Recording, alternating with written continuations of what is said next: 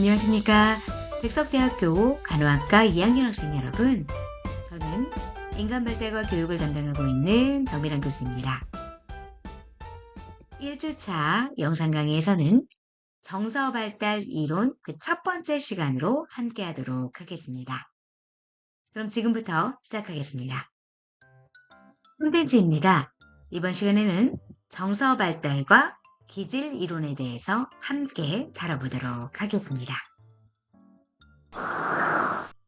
먼저 정서발달에 대해서 학습해 보도록 하겠습니다. 정서발달 및 정서발달 이론에 대해서 다룹니다. 네, 그러면 정서발달에 대해서 먼저 살펴보도록 하겠습니다. 자, 정서발달이라고 하면은 한마디로 아동이 자신의 감정을 알아차리고, 즉 인식하고, 표현하고, 조절하면서 점차 타인과 어떤 관계를 만들어가는 그런 변화 과정이라고 볼 수가 있겠습니다.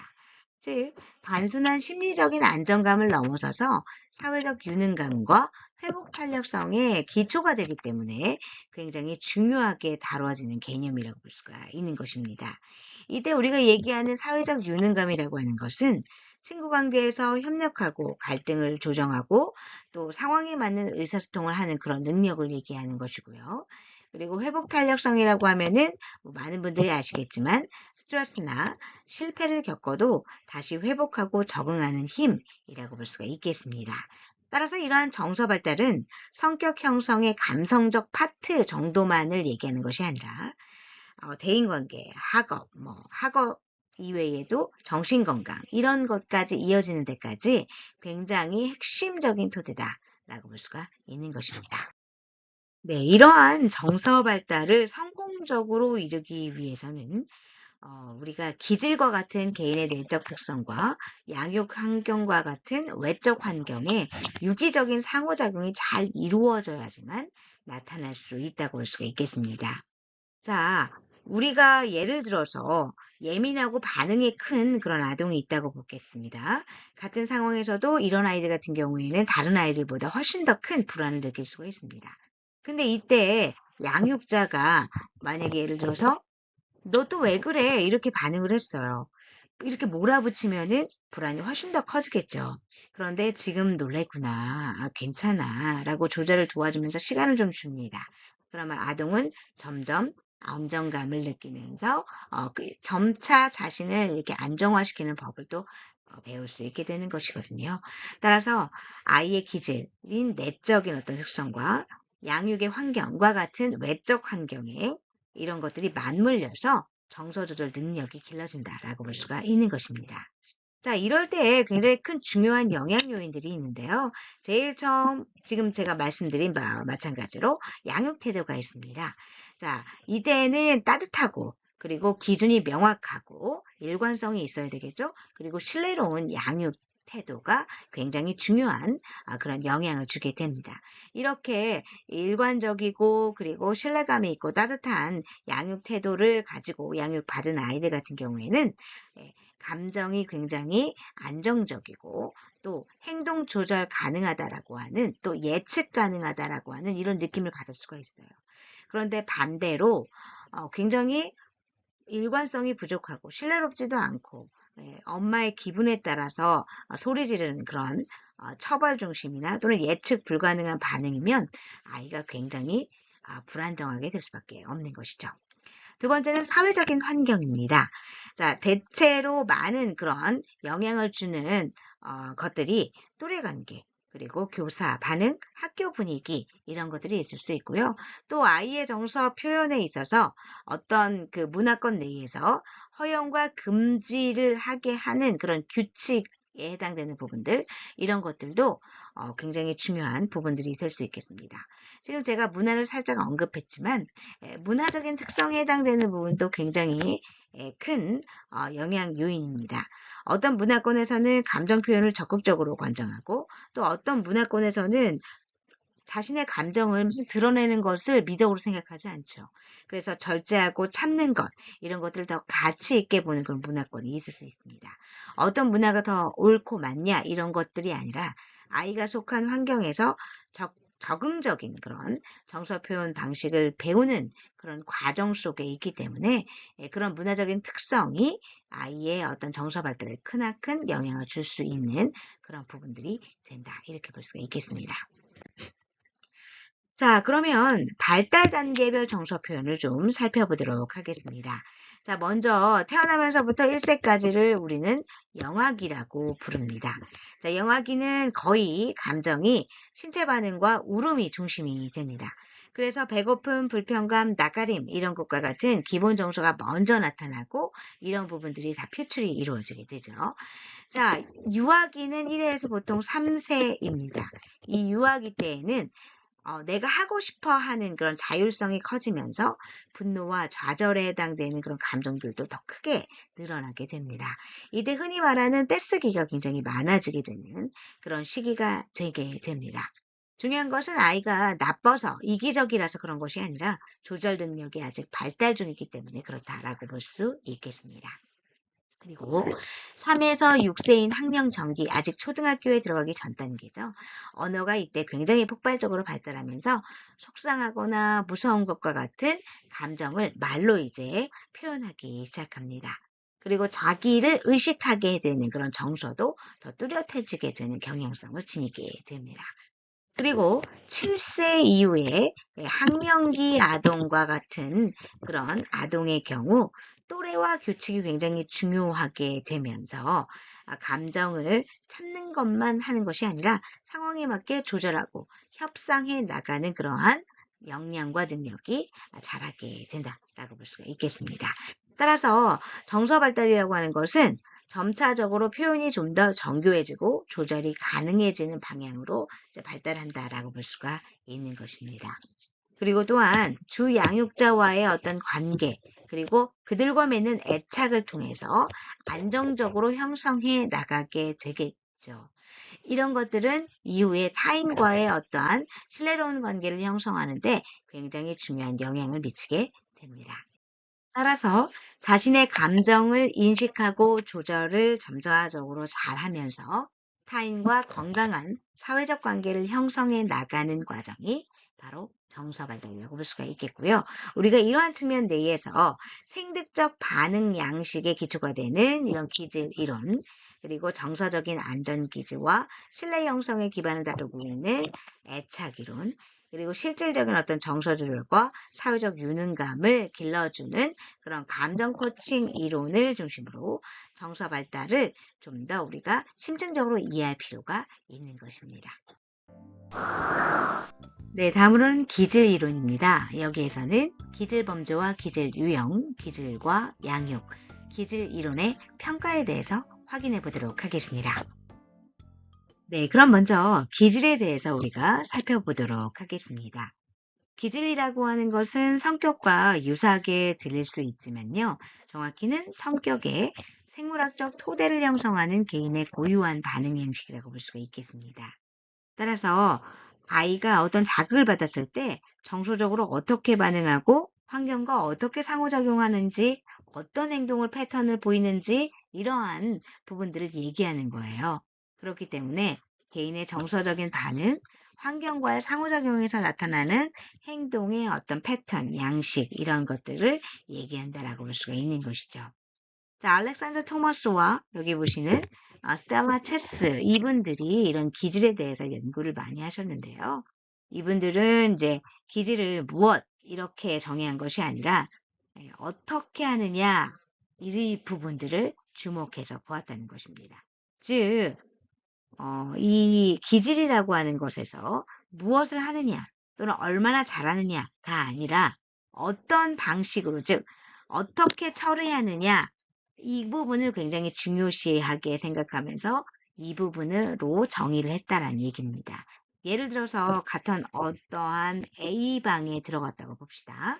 어떤 아이는 바로 들어가서 탐색하고 어떤 아이는 엄마 뒤에 숨어 있다가 천천히 이제 적응하면서 이 방안을 이제 들여다볼 거예요.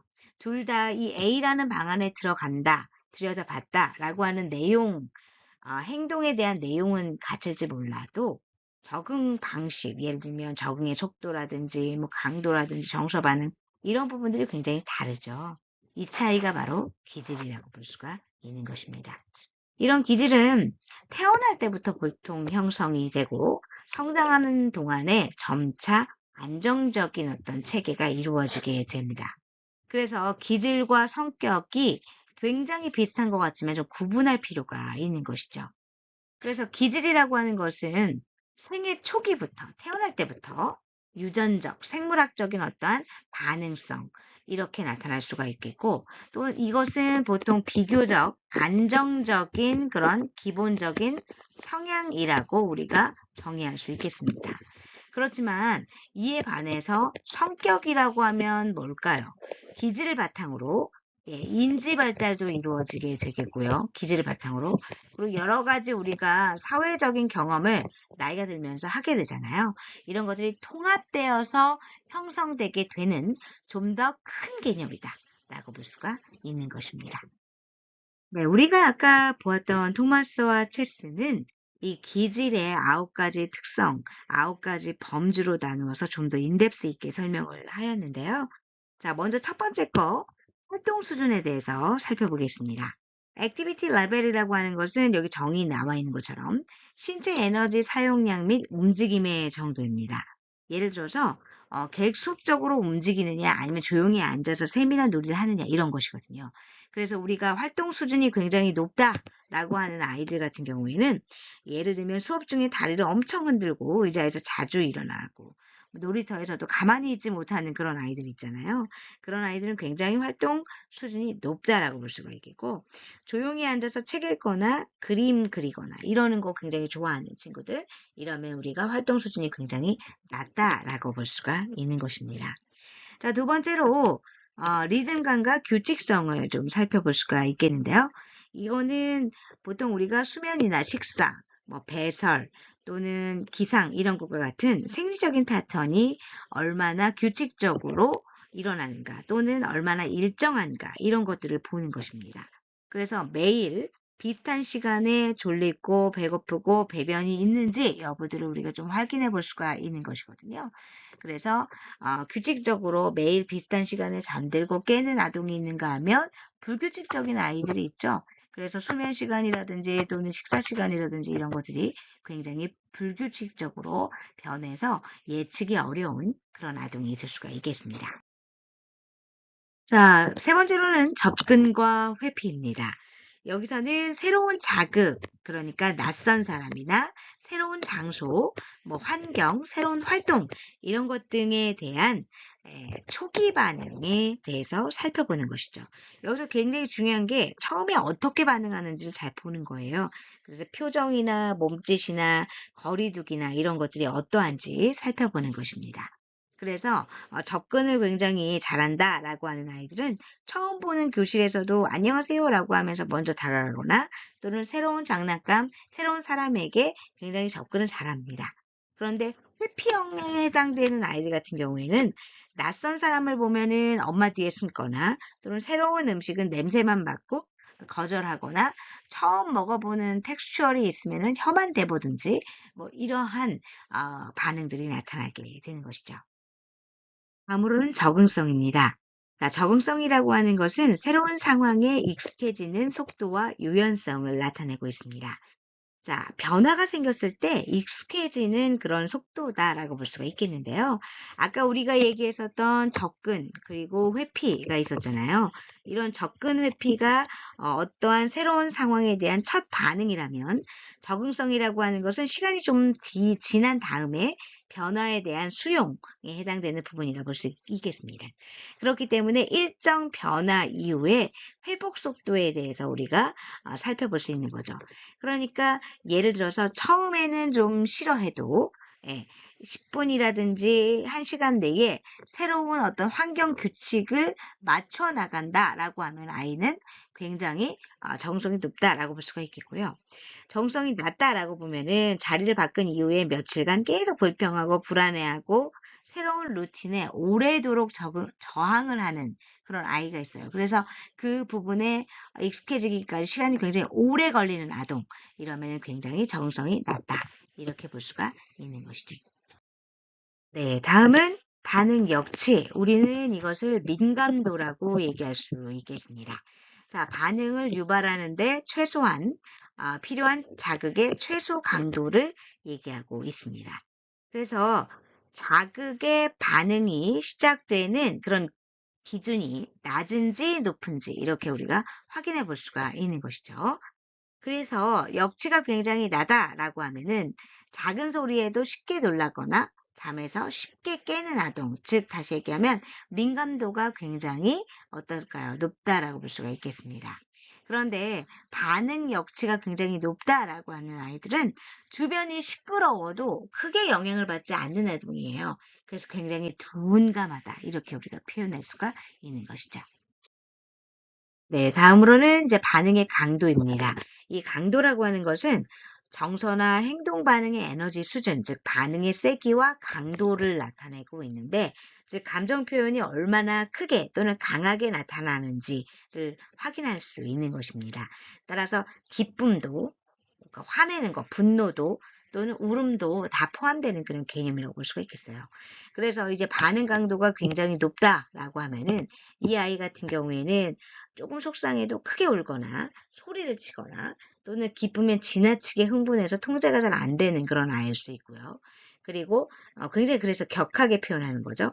굉장히 반응 강도가 약하다. 그런 아이들은 속상해도 감정 변화가, 즉 표정의 어떤 변화가 거의 없고 조용하고 참고 그냥 넘어가는 그런 타입이 되는 것이죠. 네, 다음은 기분 상태입니다.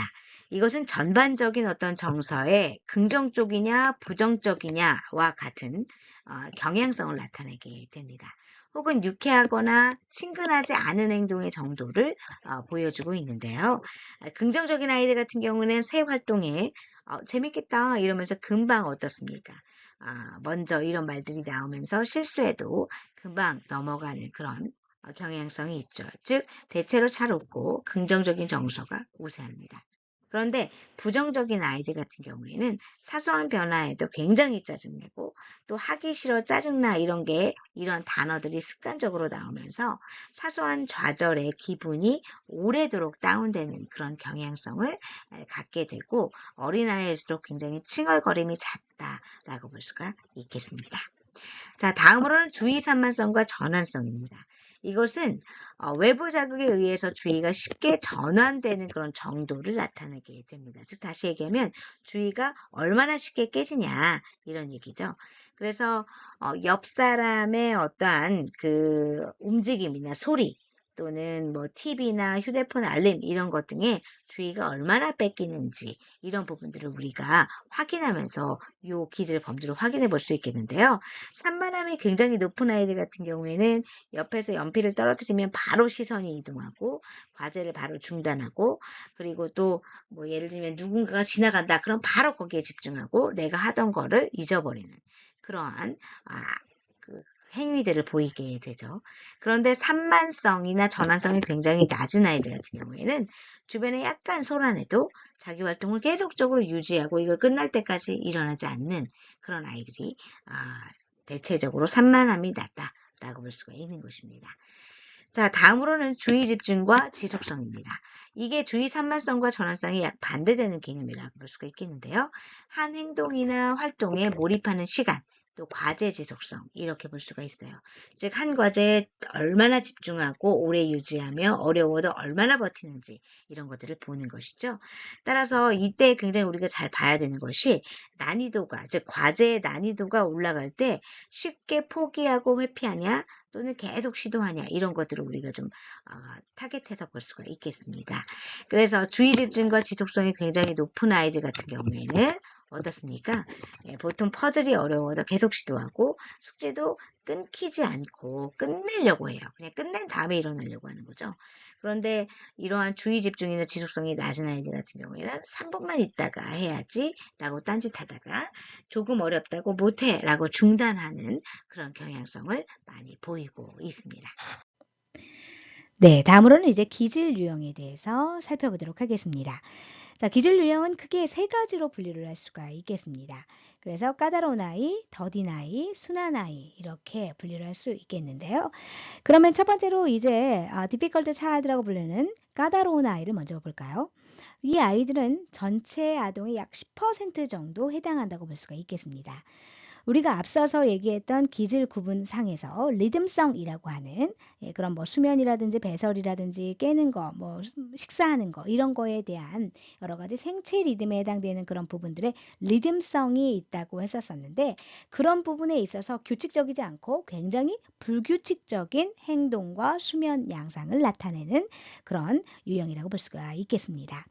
그래서 이 아이들 같은 경우에는 새로운 자극에 굉장히 부정적이에요. 그래서 어떤 자극이 주어지면은 그 부분들에 대해서 우리가 회피하거나 또는 어떤 강렬한 그걸 회피하기 위한 어떤 반응성으로서 강렬한 반응을 나타내기도 한다. 이렇게 볼 수가 있겠습니다.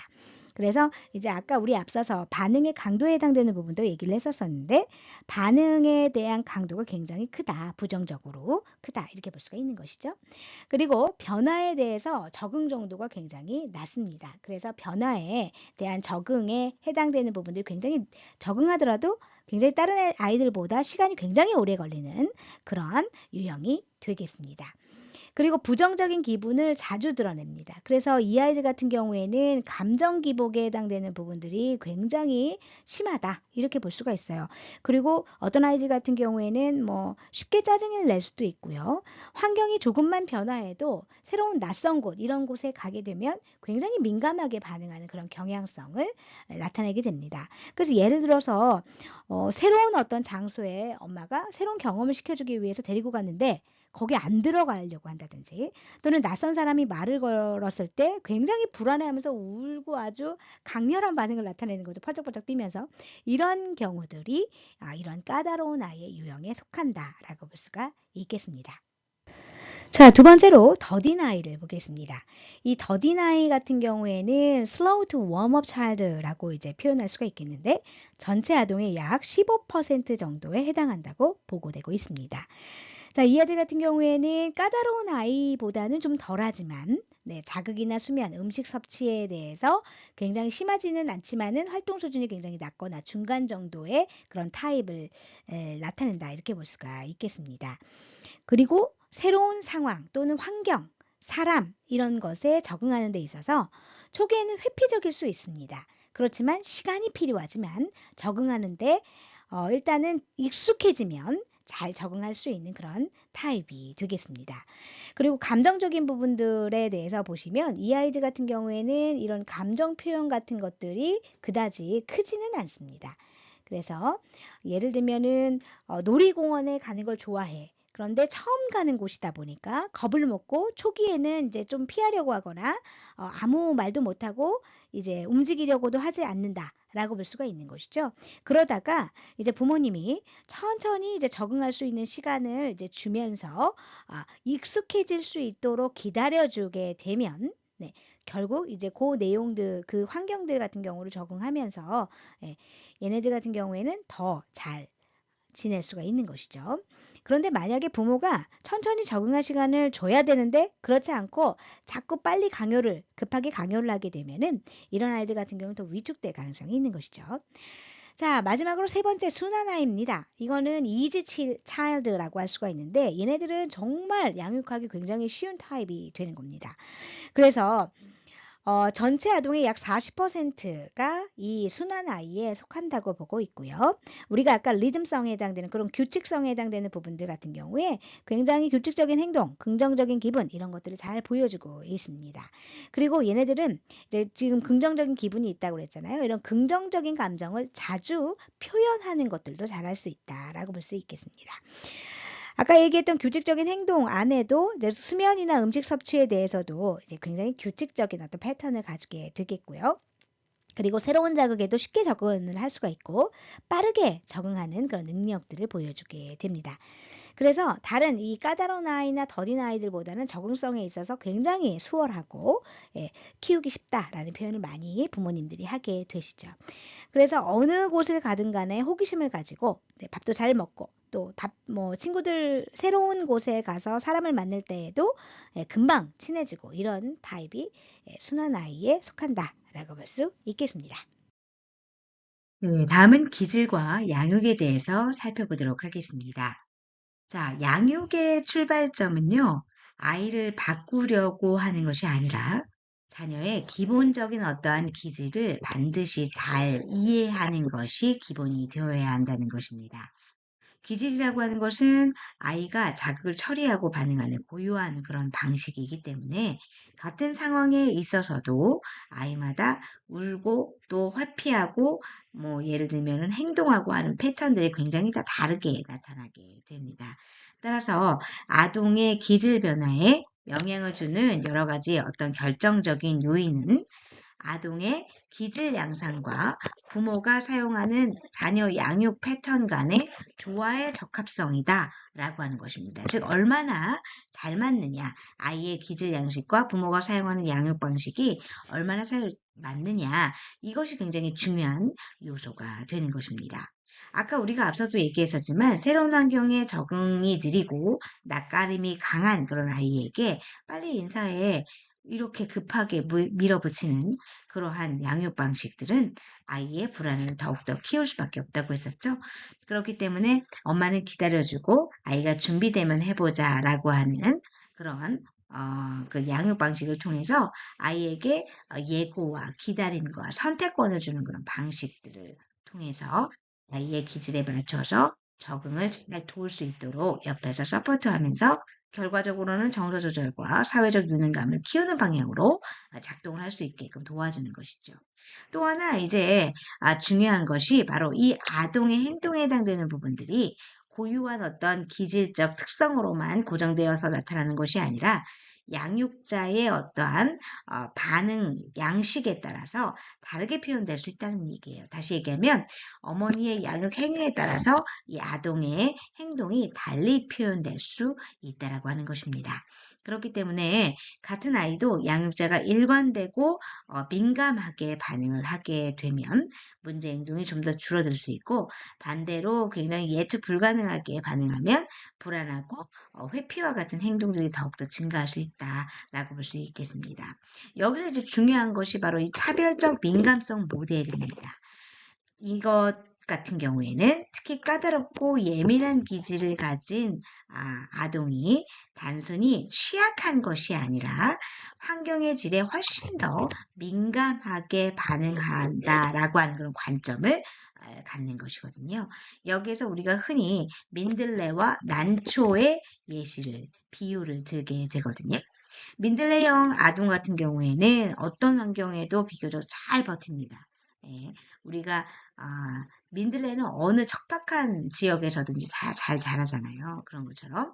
그런데 난초형 아동은 환경이 나쁘면 더 크게 흔들리지만 환경이 좋으면 오히려 더 크게 성장할 수 있는 잠재력을 보일 수 있는 그러한 형태를 보인다라고 하는 것입니다.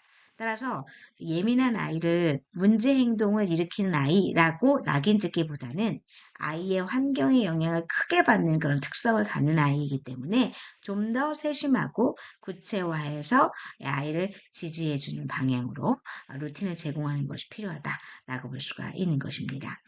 그리고 아동의 이러한 기질과 환경 사이의 부조화가 계속적으로 지속이 만약에 되게 되면 아이는 스트레스를 만성적으로 경험할 수 있고 그 결과가 어떻게 될까요? 바로 이 문제 행동으로 나타날 가능성이 높아진다는 것입니다. 이러한 문제 행동도 나쁜 성격이라기보다는 아이의 기질에 비해서 환경적인 요구가 지나치거나 또는 양육 방식이 아이의 기질에 피팅되지 않는다라고 볼 수 있다는 것입니다.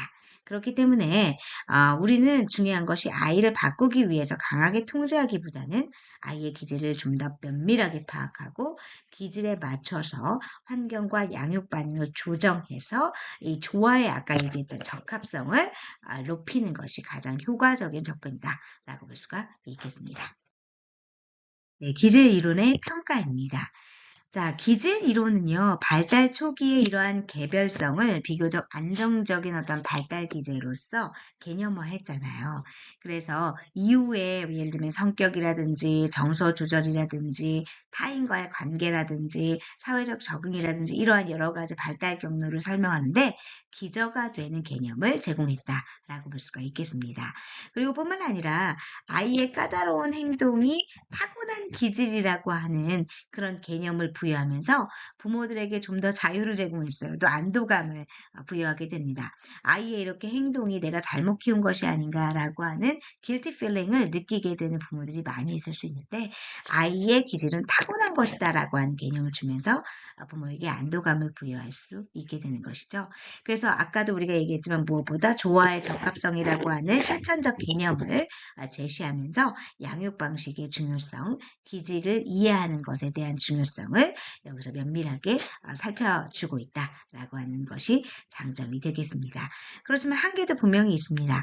몇 가지의 고정된 유형으로 분류하고 있잖아요. 그렇기 때문에 개인 고유의 어떤 입체적인 어떤 특성을 좀 간과할 가능성이 좀 있을 수 있습니다. 그리고 환경에 의한 변화 가능성도 있을 수 있는데 이것이 굉장히 과소평가될 수 있다라고 볼 수가 있는 것입니다. 그리고 주로 부모의 주관적인 관찰에 의존하기 때문에 객관적인 어떤 측정에 대한 제한 사항이 있을 수 있다라고 볼 수가 있는 것입니다. 그래서 부모의 기대나 스트레스 수준에 따라서 해석이 달라질 수도 있잖아요. 그렇기 때문에 이런 부분들을 조금 더 면밀하게 보완할 수 있는 장치들이 마련될 필요가 있는 것이지요. 네, 그러면 한 뉴스를 한번 보실까요? 식당에서 뛰는 아이 예민한 걸까요? 버릇이 없는 걸까요? 최근 한 온라인 커뮤니티에는 식당에서 소리를 지르며 뛰어다니는 아이와 이를 방치하는 부모에 대한 글이 올라와 노키즈 존 논란이 재점화되었습니다. 글쓴이는 아이가 식당이 떠나갈 듯 울고 소리를 지르는데도 부모는 우리 애가 원래 좀 예민하고 에너지가 넘쳐서요 라며 웃기만 했다고 전했습니다. 이에 대해 한 발달 전문가는 아이마다 타고난 활동 수준과 자극에 대한 반응성은 다르지만 공공장소에서의 갈등은 아이의 기질과 부모의 양육 방식이 조화의 적합성을 이루지 못할 때 발생한다고 지적했습니다. 자, 이렇게 밝혀져 있는 뉴스 기사를 보시고요. 여러분들은 까다로운 기질의 아이와 그 기질을 다루기 힘들어하는 부모가 많아질수록 노키즈존은 늘어날 수 있다. 기질 이론을 바탕으로 볼 때 노키즈존을 찬성하십니까? 아니면 반대하십니까? 여러분 오늘 과제란에다가 이 내용을 올려주시기 바랍니다. 궁금하신 내용이 있으시면 이쪽으로 연락을 주시고요. 지금까지 정서 발달 이론 그 첫 번째 시간으로 함께 하셨습니다. 수고 많으셨습니다. 감사합니다.